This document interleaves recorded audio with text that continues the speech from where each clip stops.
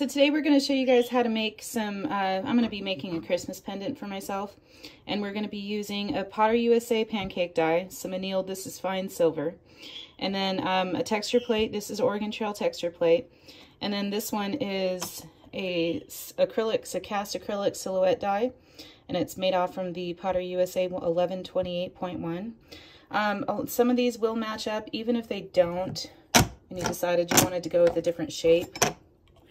They'll still work if you wanted to give it a different type of definition. So this is 18 gauge because I like 18 gauge for my pendants.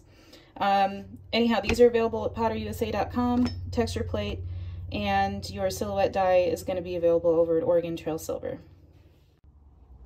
Now, the first thing that I'm going to go ahead and do is texture my silver. I'm using the Oregon Trail Silver. This one's the wrapping paper die. We rotate our designs out, so if there's one that you would like to see coming up in the next set of pre-orders, all you have to do is let me know. Anyhow, so again, 18 gauge, this is annealed fine silver.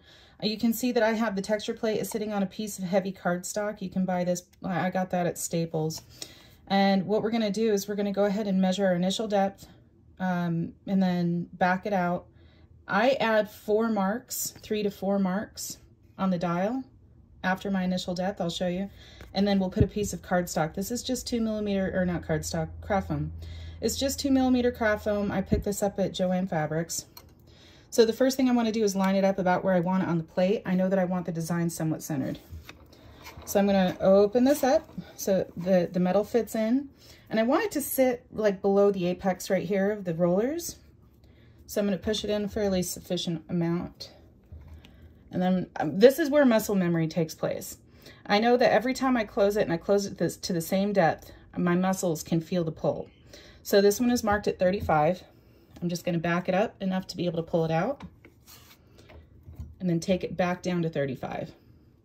Now, here's the kicker. I'm going to add 3 tick marks because that's my depth. This right here is where it's tight on the mill. You can see the indentation that's left.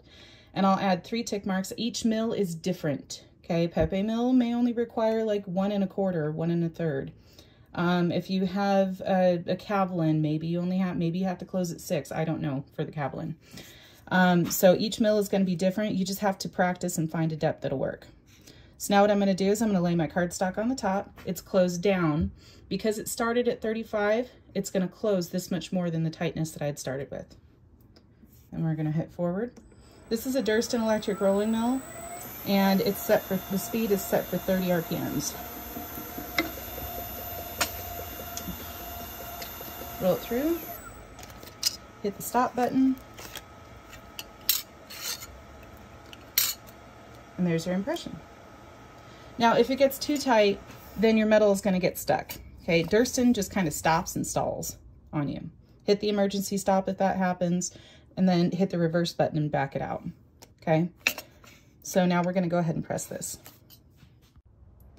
Okay, so as you can see, I went ahead and I rolled out a sheet of metal that's going to give me a sufficient amount of space all the way around the outside edge so that I can go ahead and press it out in a pancake die. And what I'll do is I'll line it up in the middle of the window, and I'll make sure that the design is pretty much where I want it to be, okay? Now, as you can see on Kevin Potter's dies, it says this side down. So I'm going to put this underneath the top platen. The platen gives you a lift. It gives you, it allows the bottom right here to press all the way up so that it doesn't have to, you don't have to actually press a whole lot, or sometimes it just doesn't reach. So this one is a 50-ton electric press, and I'm not going to use the full 50 tons. I'm just going to go up until I can hear it pop. And that's all. And then we stop. You can do this with a manual 20-ton as well, no problem. And you can see that because it's fine silver, that it's a little bit stuck. So here's how we rectify that. Nylon hammer. I place it on the edge. I make sure that the actual die part is off the edge. A couple of light taps, and it pops out. Now again, because it's fine silver, or because if you're using a soft metal, you'll see some burrs on the back. We'll show you how to get those off. And then what we'll do is we'll place this with the tab up because this particular pancake die is symmetrical. So I can go ahead and pop the tab off. Make sure that it's facing the same way if you can, okay?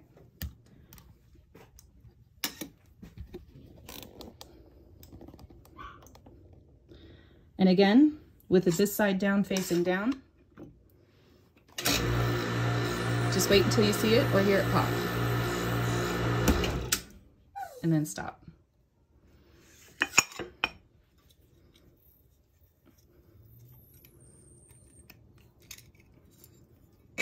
And this time it came right out. So here's the die that we're going to use. It's important to remember that you're always wearing your safety glasses when you're using any type of machinery, especially a rotary or a hydraulic piece of machinery. Your rolling mill, you want to wear your safety gear. Same thing with the hydraulic press. And this is a belt sander from Fordham. As you can see, it just hooks right onto my flex shaft. And I have a stand for it. Now the neat thing about this is that I have a Durston bench. It has a hole that it's already going to go ahead and slide into. If you don't have a hole, this right here is a clamp that you can clamp it to your desk. So you don't necessarily have to have a hole in the side of your desk. And it's hooked up to the H30 handpiece, so all I have to do is go ahead and press down on it. I'll do it very gently. The harder you press down, the faster it'll go.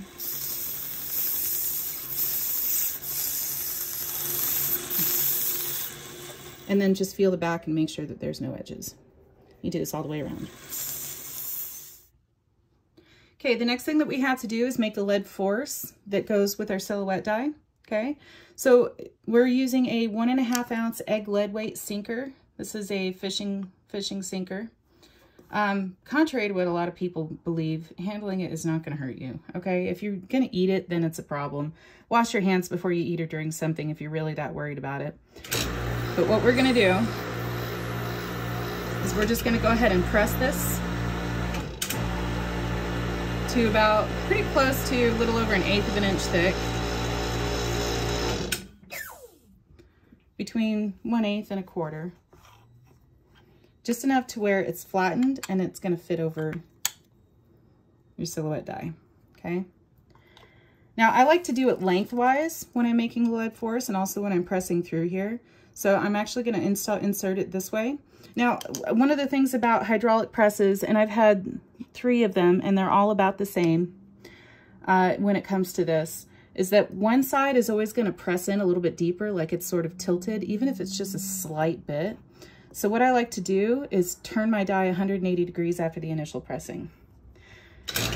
These can withstand up to 1800 PSI, but you definitely don't want to go up over 300 just on the off chance that it shatters. Please wear your safety gear, your safety glasses.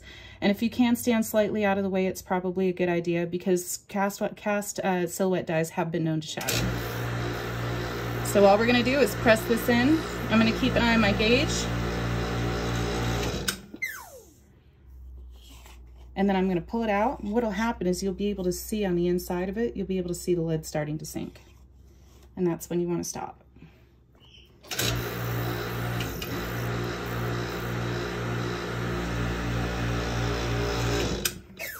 Right there. And then you just push in the center. Sometimes you can use a tool to make it push out. Other times you just have to give it a little oomph. And as you can see, you have a nice little silhouette. Okay, and the raised portion has the part that's been pushed in through the silhouette die.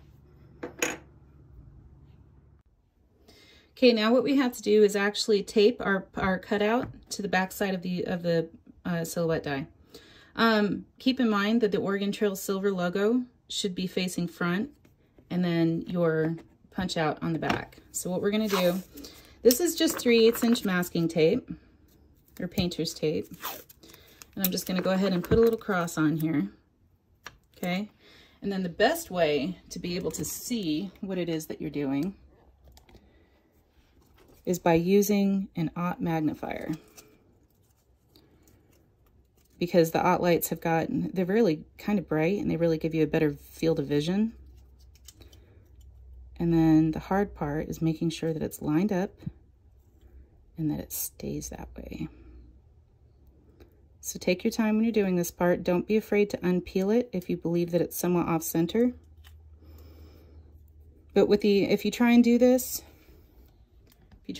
outside, it's gonna look a little shifty. But if you do this through the light, you can see straight down, okay? Okay, now what we have to do is sink the center of our metal down into the silhouette die, and I want to get it a good start. Pamela Warrender actually, and I was using urethane for this, and urethane makes the tape itself spread and it gets sticky and hard to remove. So Pamela Warrender was nice enough to recommend using blue tack instead, and I found that I actually get better results from it. So you can reuse it multiple times over. This is probably the, I don't know, the 15th or the 16th time I've used this particular one. Use just about a half a package. You want to make sure that it's fairly centered. Now remember, try not to go up over between 200 and 300 PSI on this. You don't need to. All we want to do is get it to dent in a little bit. So I'm watching my gauge. That's 200 PSI right there. Now the only downside about using this tack is that it tends to kind of get stuck. And then I'll have to pry that off. You can use a pocket knife to pry off the silhouette. You can use a pocket knife, another little sheet of copper or silver. And you pry this off. Roll that back up into a ball later so I can use it again. And then remove all of your tape, because your tape is going to leave an impression anyways, sometimes. But you definitely don't want this stuff getting sticky. Here we go. So remove all the tape from this. And sometimes with these silhouette dies, they tend to suck the design inwards in the center, especially because the metal itself has to stretch and come from somewhere. So it's going to come from the edges, and then you'll see it suck inwards.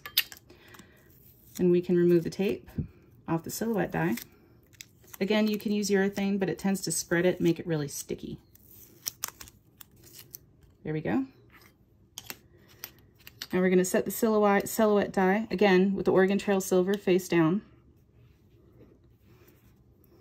Put my pusher back up. This is from Jim Brandvik. Now, as you can see, you can actually use this as it is. You don't have to follow this last step. This last step is optional, the one with the lead force. But I like to do it anyways, because it gives it just a little bit more definition.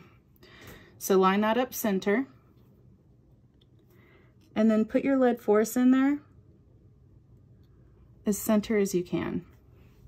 And then go ahead and press again about to 200 PSI.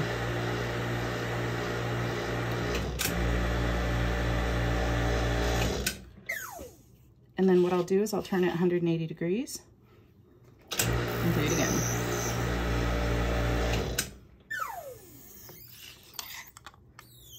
Pop this out. And sometimes I'll use a little pick to go ahead and dig down right here and pop it out. And I'll just show you how to do that. Okay, so I have just a little pick here. This is from Snap-on. And then what I'll do is I'll dig into the center, right in between the two, and pop it right out. And there you have it.